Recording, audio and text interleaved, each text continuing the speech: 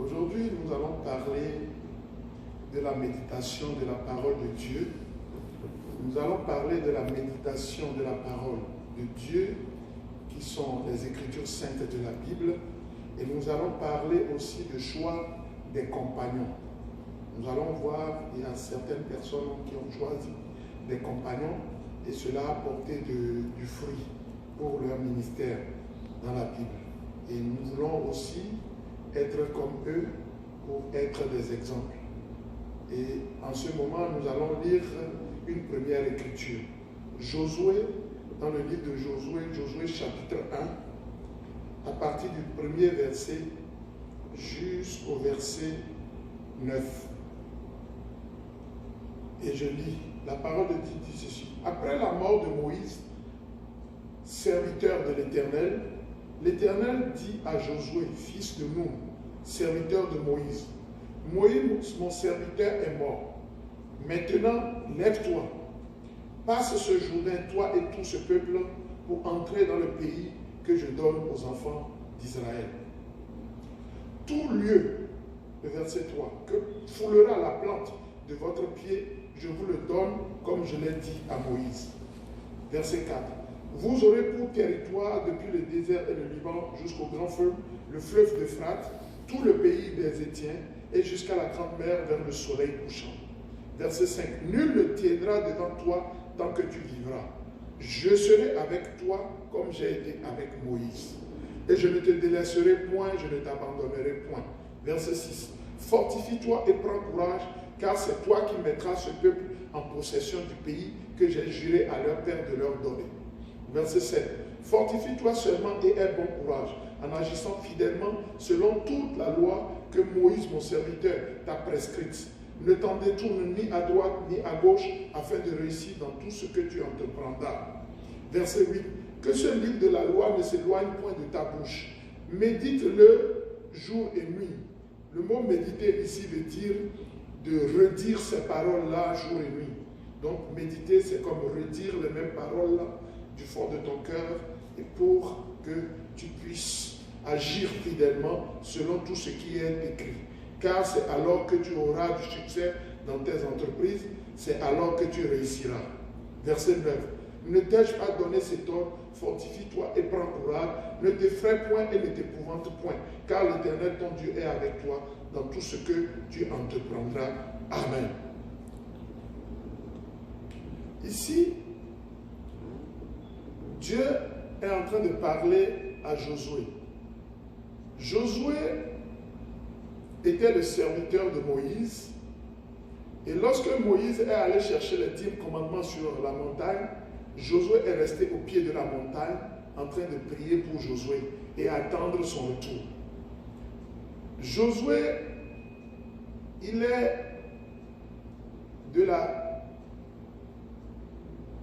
fait partie d'une tribu d'Israël. Lorsque Moïse voulait choisir les espions, ce qui est dans le Nombre chapitre 13, quand il voulait choisir les 12 espions, il a choisi par tribu. Il y avait 12 tribus, donc 10 tribus et 2 demi-tribus d'Israël. Sur les 12 tribus, Josué en fait partie d'une tribu. Alors, parmi les 12 qu'il avait envoyés pour aller explorer le pays qui est promis à tout Israël, que Dieu a recommandé à Moïse, Josué et Caleb seulement sont revenus avec un bon résultat. Tous les 10 autres ont dit qu'on ne peut pas posséder le pays et sont découragés. Et la Bible démontre dans le chapitre 14 de Nombre que tous étaient morts. Tous ces 10-là étaient morts. Sont restés seulement Caleb, qui était de la tribu de Juda, et puis Josué. Alors, Josué, lui, il était de la tribu d'Éphraïm. On l'appelait Osée, et c'est lorsqu'il partait pour le pays de Canaan pour aller explorer comme espion que Moïse lui a donné le nom de Josué. Josué qui veut dire Jéchoua. Jéchoua, ça veut dire le Seigneur qui sauve. Ça veut dire qu'ils seront sauvés, c'est-à-dire qu'il prophétisait sur la vie de Josué et sur tout le peuple d'Israël qui devait partir. pour posséder la terre promise. Alors, dans ces versets de Josué chapitre 1, Dieu dit que ce n'était pas le temps de pleurer les funérailles de Moïse, de juste se lever et de prendre le peuple avec lui pour traverser le Jourdain. Alors, il n'y avait pas d'autre chemin par lequel ils peuvent entrer dans Canaan que de traverser le Jourdain. Alors, c'est en ce lieu aussi que Josué a pu diviser le Jourdain et qu'ils ont pu traverser. De la même manière que Moïse avait divisé la mer Rouge, de la même manière, Josué aussi avait divisé le Jourdain et ils ont pu traverser pour aller de l'autre côté et conquérir Canaan. Donc, qu'est-ce que je voudrais faire ressortir aujourd'hui ici? C'est que lorsque nous servons fidèlement notre devancier, que nous soyons un adjoint au travail, que ce soit dans une association, que ce soit dans une entreprise, que ce soit dans une compagnie, que ce soit dans un gouvernement, ou que nous servions, nous devons respecter l'ordre des autorités qui sont placées sur nous, surtout que nous sommes des deuxièmes ou des adjoints. Et ici, Josué a démontré de la bonne foi. Il n'a jamais été accusé par Moïse d'un acte que ce soit. Et alors, Dieu a choisi Josué pour succéder à Moïse. Alors, Josué a fait le bon travail et il a pu amener à la terre promise tout Israël. Et ici, ce livre nous dit qu'est-ce qu'il faut avoir. Dieu lui disait que dans le verset 6, de se fortifier, de prendre courage. Il ne pouvait que se fortifier des paroles que Dieu lui a données. Parce que Dieu lui a dit dans le verset 3 ici, que tout lieu que foulera la plante de leurs pieds, qu'il les donne, comme il a promis à Moïse. Donc, partout, ils ont foulé le du chapitre 1 du livre de Josué. Dieu disait ceci, que ce livre de la loi ne s'éloigne point de ta bouche, Josué.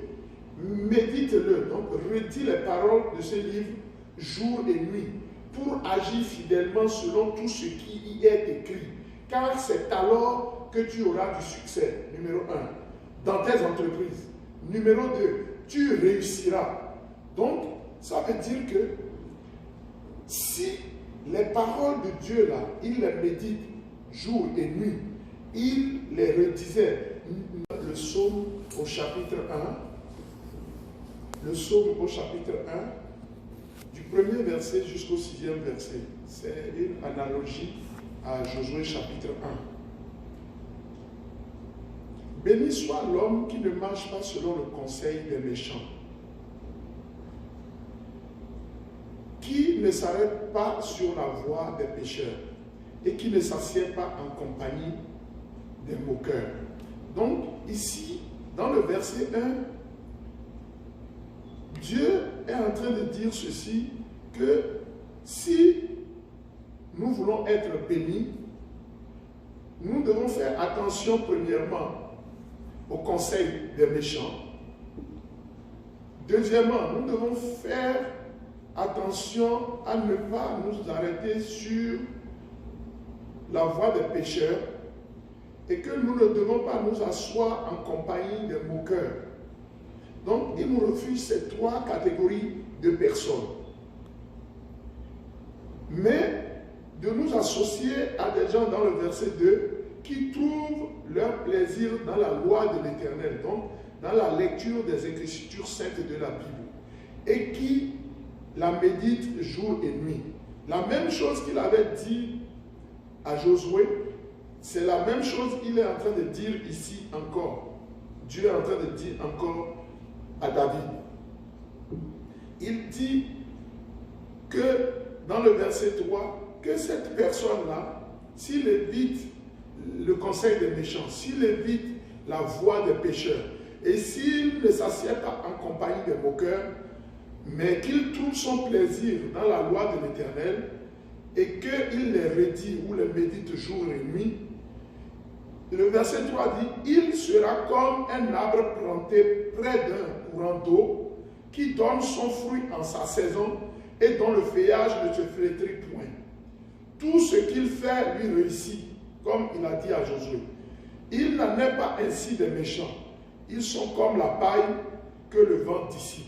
C'est pourquoi les méchants ne résistent pas au jour du jugement, ni les pécheurs dans l'assemblée des justes, car l'Éternel connaît la voie des justes et la voie des pécheurs mène à la ruine. Amen.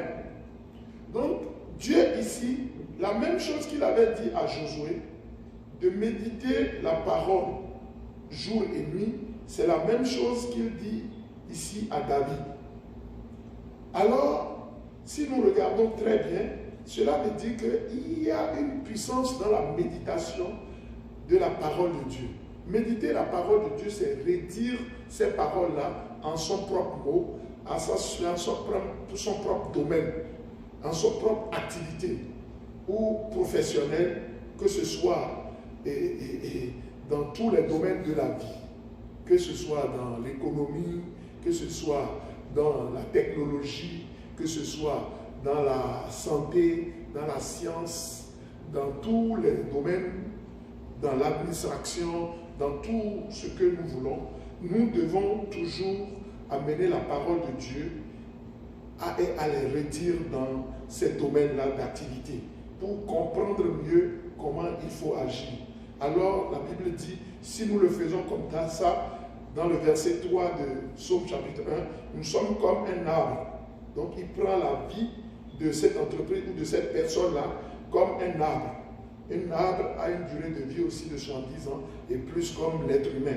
Donc, il le prend comme un arbre planté près d'un ruisseau d'eau. Le ruisseau d'eau ici, c'est la parole de Dieu qui donne son fruit en cette saison. Donc, lorsque la saison arrive, chaque plante donne son fruit. Si c'est les raisins qui doivent sortir dans cette saison, nous avons les fruits des raisins, ainsi de suite. Donc, tout ce qu'il fait lui réussit et il donne son fruit en sa saison. Donc, nous voulons ici ressortir que nous avons besoin chaque fois de méditer la parole de Dieu, de redire les paroles de Dieu dans nos mots, dans nos domaines, dans nos activités, dans nos professions, pour que nous puissions réussir et que nos entreprises puissent prospérer. C'est ce que Dieu veut ressortir ici. Mais je profite de cette occasion pour dire quelque chose. Si nous regardons la vie de Daniel dans la Bible, Daniel priait 3 fois par jour. Pendant qu'il méditait la parole de Dieu, il priait 3 fois par jour.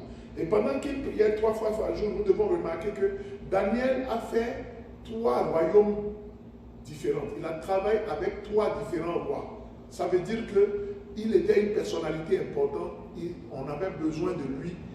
Lorsque le premier roi est parti, le deuxième roi dit non, tu restes pour travailler avec moi. Le troisième roi, tu restes pour travailler avec moi. Imaginez, Daniel était une personnalité très importante. Il avait un comportement, il avait des amis. Et les amis, les compagnons qu'il choisissait, parmi eux, il y avait Shadrach, Meshach, Abednego. Lorsqu'il avait accédé au royaume, il a demandé au roi aussi que j'avais 3 compagnons qui étaient de même nature que moi, qui avaient le même caractère que moi, que tu aurais besoin dans ce royaume-là. Je sens leur place ici. Donc, est-ce que tu me permets de les amener? Et il a amené Shadrach, Meshach et Abednego dans le royaume. Donc, ils sont rendus forts. La Bible dit que là où 2 ou 3 sont en mon nom, je suis au milieu d'eux. Donc, la présence de Dieu était dans le royaume et le royaume a prospéré. C'est pour ça que Daniel a pu faire avec un deuxième roi et un troisième roi. Donc, alors que si nous prenons la vie de Joseph, Joseph avait fait avec Pharaon. Il avait fait seulement avec Pharaon pendant 14 ans. Ils avaient eu Goshen et ils sont restés à Goshen. Joseph avait prophétisé que lorsqu'ils sortiront de Goshen pour aller dans la terre promise, comme Dieu va les sortir un jour, de ne pas oublier ses os dans le pays d'Égypte. Alors, 430 ans après, ils sont sortis de Goshen, d'Égypte, et lorsqu'ils sont arrivés, ils doivent partir, ils sont déterrés, les os de Joseph, ils sont partis à Canaan avec. Donc, de la même manière, David, il priait 7 fois, il méditait la parole de Dieu. Daniel, lui, priait 3 fois. David priait 7 fois. Le fait de prier 7 fois et méditer la parole de Dieu, comme ce n'est pas 3 fois, c'était plus, il a doublé celui de Daniel, il était devenu roi dans le pays. il était devenu roi. Et c'est de sa génération que vient Jésus de Nazareth, Jésus-Christ, le Fils qui a été livré par Dieu pour nos péchés et pour nos crimes, qui aujourd'hui nous confessons. Alors, David, qu'est-ce que nous avons remarqué? Nous avons remarqué qu'il est devenu roi. Il n'est pas allé au service dans le royaume, mais lui, il est rendu roi. Et de sa génération, il n'a pas manqué un roi sur le trône. Aujourd'hui, le trône éternel, celui qui est assis, il vient de la génération de David.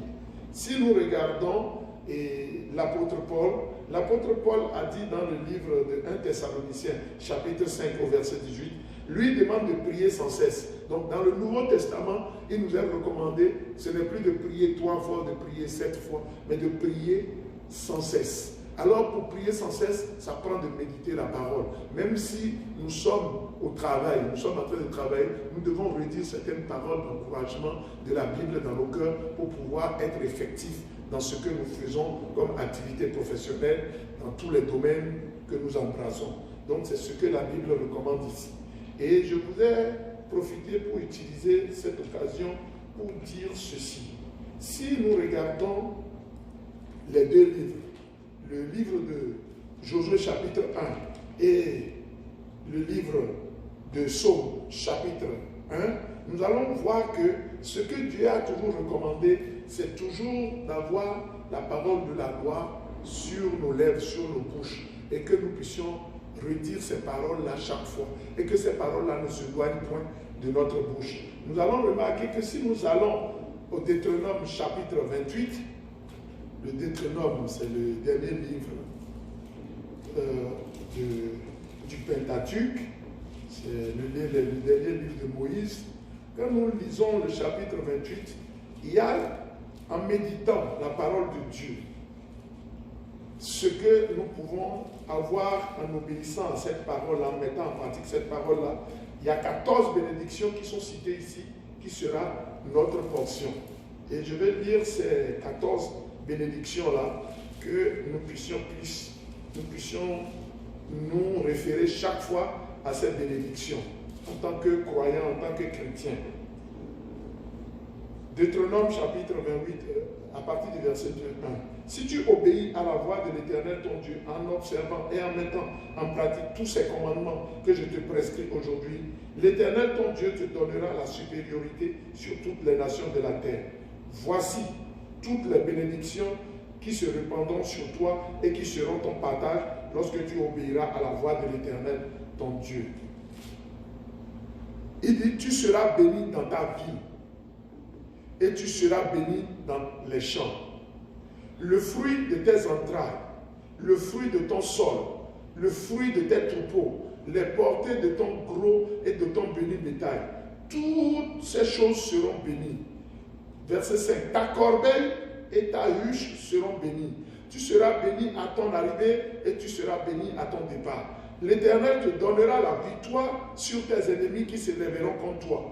Ils sortiront contre toi par un seul chemin et ils s'enfuiront devant toi par 7 chemins. Verset 8. L'Éternel ordonnera à la bénédiction d'être avec toi dans tes greniers et dans toutes tes entreprises. Il n'a pas dit dans quelques de tes entreprises, dans toutes tes entreprises. Il te bénira dans le pays que l'Éternel ton Dieu te donne. Tu seras pour l'Éternel un peuple saint, comme il te l'a juré, lorsque tu observeras les commandements de l'Éternel ton Dieu et que tu marcheras dans ses voies. Tous les peuples verront que tu es appelé du nom de l'Éternel et ils te craindront. Verset 11. L'Éternel te comblera de bien en multipliant le fruit de tes entrailles, le fruit de tes troupeaux, le fruit de ton sol, dans le pays que l'Éternel a juré à tes pères de te donner. Verset 12. L'Éternel t'ouvrira son bon trésor, le ciel, pour envoyer à ton pays la pluie en son temps et pour bénir tout le travail de tes mains. Tu prêteras à beaucoup de nations et tu n'emprunteras point. L'Éternel fera de toi la tête et non la queue. Tu seras toujours en haut et tu ne seras jamais en bas. Lorsque tu obéiras aux commandements de l'Éternel ton Dieu que je te prescris aujourd'hui. Lorsque tu les observeras et les mettras en pratique. et que tu ne te détourneras point ni à droite ni à gauche de tous ces commandements que je vous donne aujourd'hui pour aller après d'autres dieux et pour les servir. Amen. Donc Dieu ne voudrait pas qu'on aille auprès d'autres dieux pour les servir, mais si nous observons et que nous méditons la parole de Dieu, nous le mettons en pratique, et que nous entendons la voix de Dieu et nous obéissons, il dit que cette bénédiction-là va nous accompagner. Nous ne manquerons de rien. Nous serons la tête, nous ne serons jamais la queue. Il pourvoira à tous nos besoins. Et nous serons appelés du nom de l'Éternel et tous les peuples nous craindront, sans différence de race. Alors, nous sommes en train d'inviter le peuple de Dieu à ces bénédictions-là aujourd'hui, afin que cette bénédiction s'attache à leur vie. Ceux qui nous écoutent sur les réseaux sociaux, ceux qui nous écoutent sur YouTube en ce moment, nous prions et nous demandons que les bénédictions qui sont citées dans le chapitre 28 de Deutéronome, du 1er verset jusqu'au 14e verset, que ces bénédictions-là soient leur portion aujourd'hui, au nom de Jésus-Christ de Nazareth. Nous continuons aussi et nous demandons de méditer la parole de Dieu, de redire les paroles de Dieu qu'ils lisent dans leur cœur et de les mettre en pratique. Et c'est à ce niveau-là que Dieu pourra envoyer la pluie en son temps pour bénir le fruit de leur plantation, de leur champ, et tout ce qu'ils ont besoin, Dieu pourra les donner. Et il n'y aura pas de stérile au milieu de vous. C'est ce que Dieu promet. Quand Dieu promet quelque chose, il le fait. S'il ne le fait pas, ça veut dire que nous avons un problème à notre niveau que nous devons régler. Ici, je vais profiter de l'occasion pour parler de Daniel.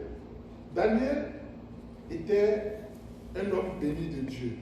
Daniel avait une vie qu'il menait.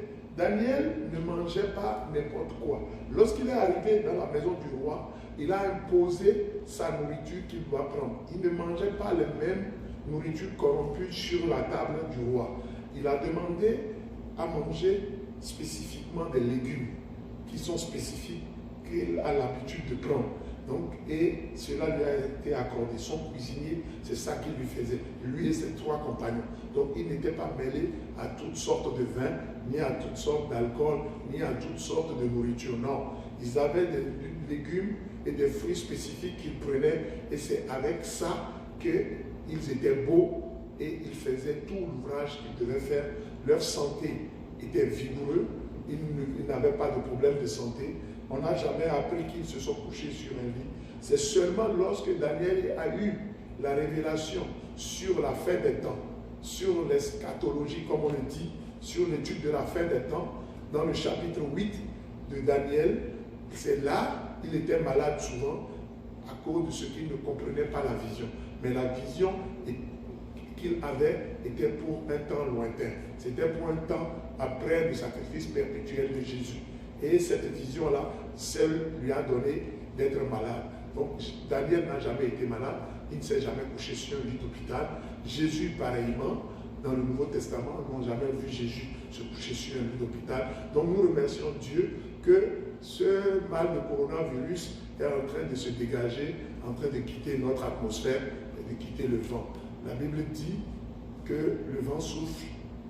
Personne ne sait d'où il vient, là où il, ou bien là où il va, mais on en entend le bruit.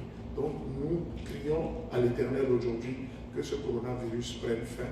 Et à partir du mois de mai, là, et que la fin du mois de mai soit la fin de l'observation du coronavirus et que nous redémarrons le 6e mois de l'année, qui est la moitié de l'année, avec une nouvelle vie, une nouvelle prospérité et des enjeux d'espoir, et que Dieu nous bénisse à tout point de vue, que ceux qui sont aussi loin, pas sur le territoire du Canada ou ailleurs, que Dieu ramène chacun dans sa bergerie, que Dieu garde chacun, que les vols s'ouvrent, que les portes des avions s'ouvrent, les portes des aéroports s'ouvrent, les portes des douanes au niveau des États-Unis et autres s'ouvrent, partout dans le monde, que la vie reprenne. C'est notre prière en ce moment, et que Dieu bénisse sa parole au nom de Jésus. Amen.